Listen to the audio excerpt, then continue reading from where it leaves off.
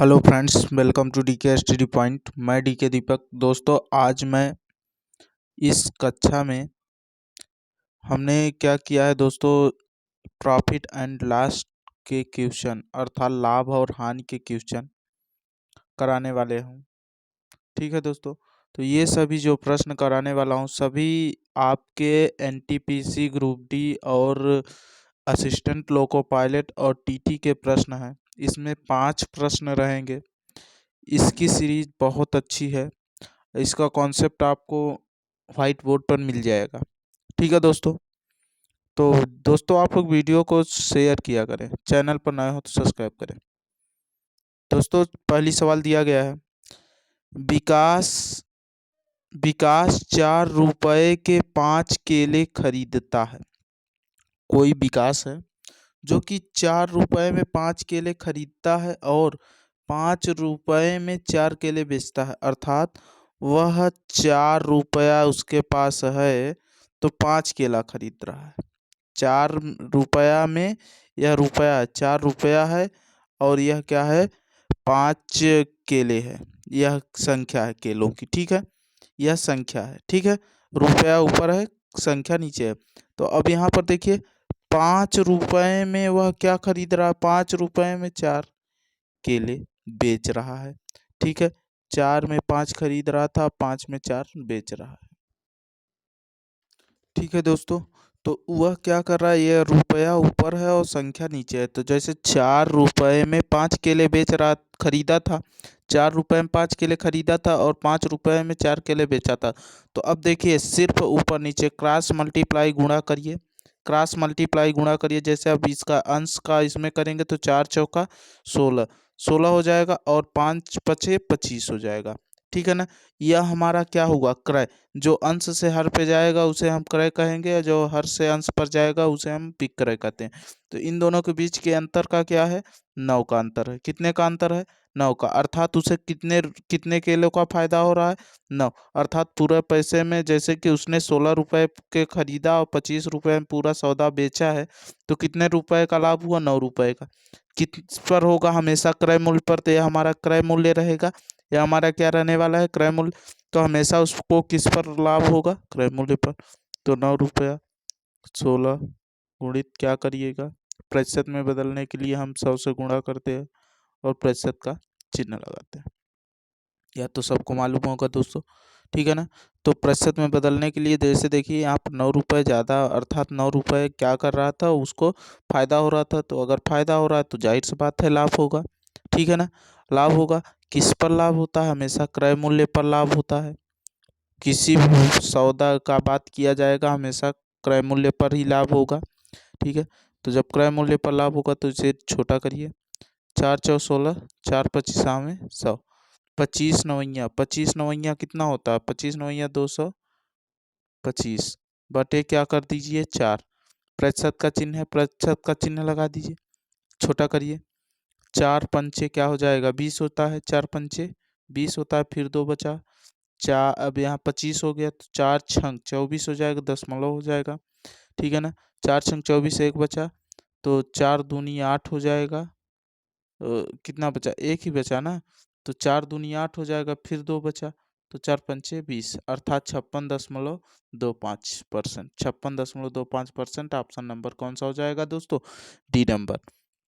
अगर आप लोगों को वीडियो अच्छी लग रही हो तो वीडियो को तुरंत सब्सक्राइब करिएगा दोस्तों, मेरे चैनल को तुरंत सब्सक्राइब करिए। ठीक है ना, अगली सवाल की बात किया जाए, जब विजय 12 पेन बेचता है तो उसे 2 पेनों के विक्रय मूल्य के बराबर लाभ होता है, अर्थात 2 पेन उसको फायदा मिलता है। अगर जैसे 12 पेन मान लेते हैं, अगर उसके पास 12 पेन है तो वह बेचेगा कितना, 10 ही पेन बेचेगा।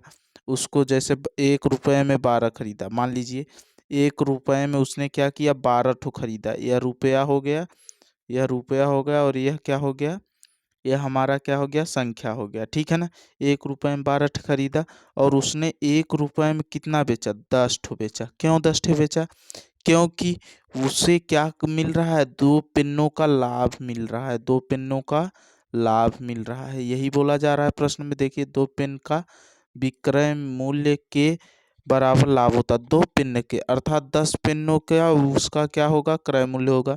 2 पिनों का फायदा मिल रहा है तो बस, अर्थात 1 रुपये में 12 ठो खरीदा था तो 1 रुपये में 10 ठो बेच भी दिया था। तो अब हमने बताया था क्रॉस मल्टीप्लाई, तो ऊपर से 10 हो जाएगा, इसका 12 एकम 12, अर्थात दोनों के बीच का अंतर कितने का, दोनों के बीच का अंतर 2 रुपये का। हमेशा क्रय मूल्य पर होता है लाभान, तो 2 बटे क्रय मूल्य कितना है 10, गुणित क्या करिएगा 100 और प्रतिशत का चिन्ह, प्रतिशत में बदलने के लिए 100 और प्रतिशत का चिन्ह लगाते हैं, 0 से 0 कट जाएगा।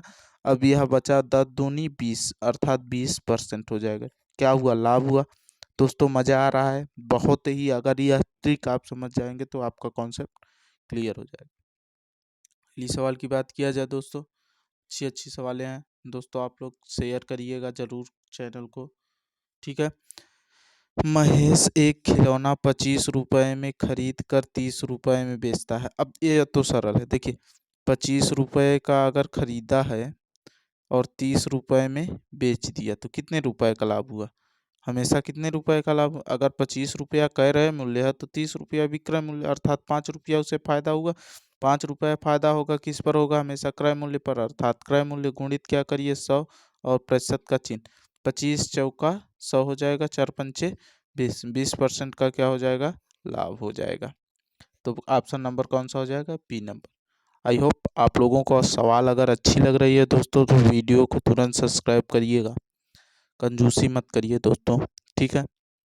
अगली सवाल की बात किया जाए दोस्तों, और हाँ ये सभी प्रश्न काफ़ी इम्पोर्टेंट है, सभी एग्जामों में पूछे जाने वाले प्रश्न हैं, इसी तरीके के काफ़ी सवालें आती भी हैं, ठीक है ना।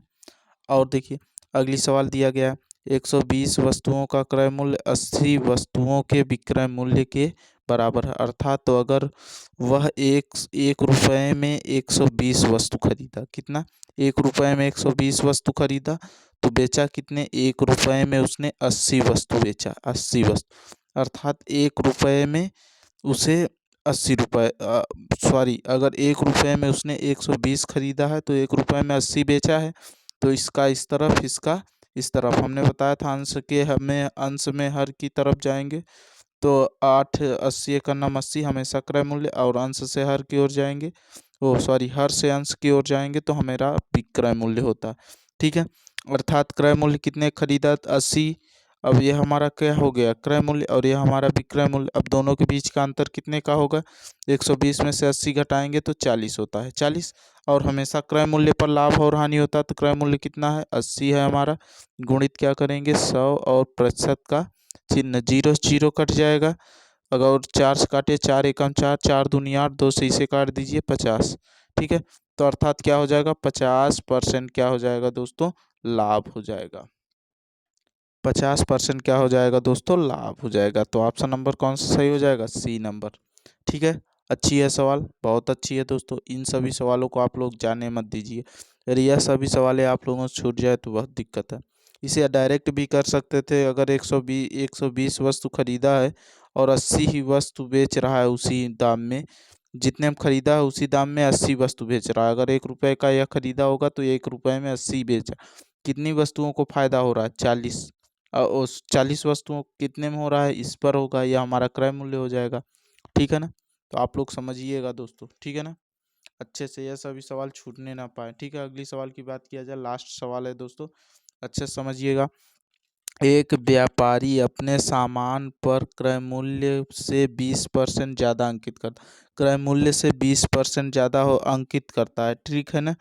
तो ठीक है, तो जब भी, अब देखिए 20% ज़्यादा अंकित करता है, यदि वह 5% की छूट देता है, 5% क्या करता है, छूट देता है, तो अंकित प्राप्त होता है, अंकित पर होना चाहिए, अंकित पर प्राप्त लाभ कितना होगा, अंकित पर क्या होना चाहिए, प्राप्त लाभ होना चाहिए, ठीक है ना।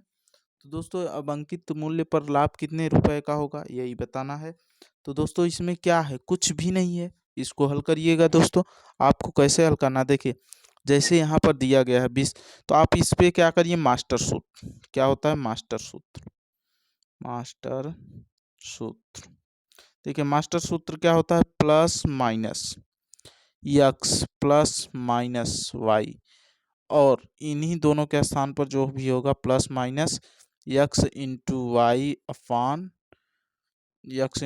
अपान क्या होता है दोस्तों, यक्स प्लस वाई होता है। ठीक है, ओ सॉरी, एक्स प्लस वाई नहीं 100 होता है। ठीक है ना, यही मास्टर सूत्र है, सॉरी यही क्या है, मास्टर सूत्र। इसी पर आप हल करिए। जब भी 2% दिया रहे हानि लाभ, देखिए जब भी ज़्यादा कहे तो प्लस वाला, ज़्यादा कर रहा है तो 20 यहाँ प्लस हो जाएगा, फिर यहाँ पर 5 घटा रहा है तो माइनस हो जाएगा। ठीक है, और यहाँ पर देखिए दोनों में एक यह प्लस एक यह माइनस, तो प्लस माइनस कौन सा चिन्ह आएगा, माइनस।